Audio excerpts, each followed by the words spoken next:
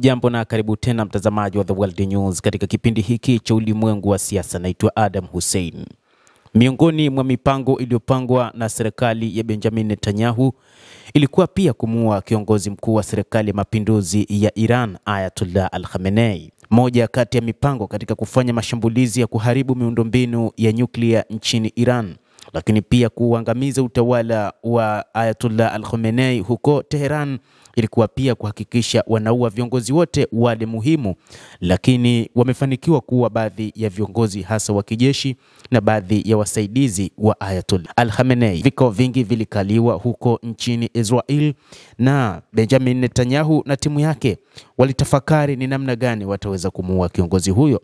Hata hivyo, taarifa hizi pia walizifikisha kwa uongozi wa Donald Trump, ambapo Donald Trump alimwambia Netanyahu kwamba kamwe asijakamua kiongozi mkuu wa serikali ya Iran, Ayatollah Al-Khamenei. Ni nini ambacho bwana Donald Trump alikiona? Rais wa Marekani Donald Trump amekataa mpango wa Israel wa kumuua kiongozi mkuu wa Iran, Ayatollah Al-Khamenei.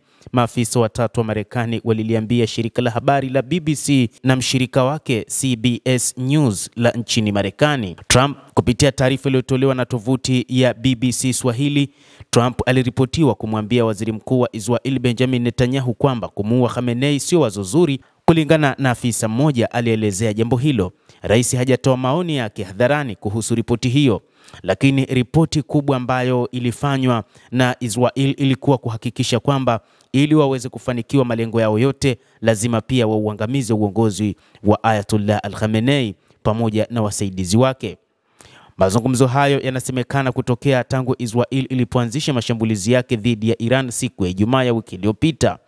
Katika mahojiano na Fox News, Netanyahu hakuthibitisha moja kwa moja au kukanusha ripoti kutoka kwa Reuters kwamba Trump alipinga mpango wa kumuua Ayatollah Al-Khamenei. Kuna ripoti nyingi za uongo za mazungumzo ambazo hazijawahi kutokea na sitaingia katika hilo, waziri mkuu wa Israel alisema. Lakini naweza kukwambia, nadhani tutafanya kile tunachokihitaji kufanya. Tutafanya kile tunachohitaji kufanya, na nadhani Marekani inajua kipi ni kizuri kwa Marekani, na sitazungumzia hilo zaidi, alisema Netanyahu. Afisa wa Israel aliambia CBS News kwamba kimsingi Israel haiwaui viongozi wa kisiasa. Tunaangazia nyuklia na jeshi. Anayefanya maamuzi kuhusu programu hizo anapaswa kuishi kwa uhuru na urahisi, anazidi kuelezea Benjamin Netanyahu. Lakini ikumbukwe, Ayatollah Al-Khamenei kwa mujibu wa mfumo wa jeshi la Iran, yeye ndio amiri jeshi mkuu wa nchi hiyo, na yeye ndio kiongozi mkuu ambaye anatoa maono juu ya nini kinapaswa kufanywa. Hata mashambulizi ni yeye ambaye ametoa idhini juu ya kufanya mashambulizi dhidi ya Israel. Na hivyo Benjamin Netanyahu anaposema kwamba hadhani kwamba angefanya maamuzi kuhusu programu ya kuua viongozi wa kisiasa, basi ametazama namna fulani, na ndio maana baadhi ya wachambuzi wakasema kwamba mpango wake pia ilikuwa ni kumuua bwana Ayatollah Al-Khamenei.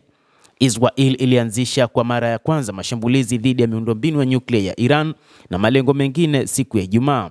Nchi hizo mbili zimeendelea kufanya mashambulizi makubwa kati yao tangu wakati huo, na mashambulizi yakiingia siku ya tatu Jumapili, na leo Jumatatu mashambulizi pia yanadaiwa kuendelea nyakati za alfajiri.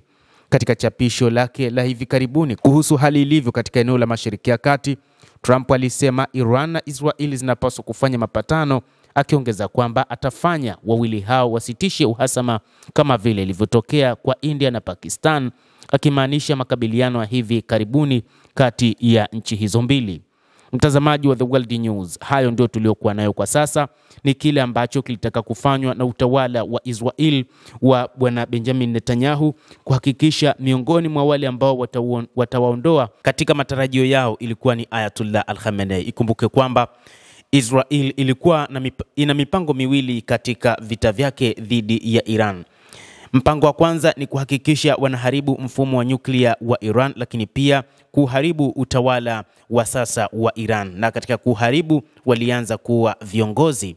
Ikumbukwe miaka miwili iliyopita walimuua rais wa taifa hilo Ibrahim Rais na baadhi ya viongozi wa taifa hilo. Basi endelea kutufuatilia na usisahau kulike, usisahau kucomment, kadhalika na kusubscribe channel yetu hii ili uweze kuyajua yote haya kwa mapana zaidi. Mimi ni Adam Hussein, endelea kuwa nasi wakati wote. endelea kutufuatilia.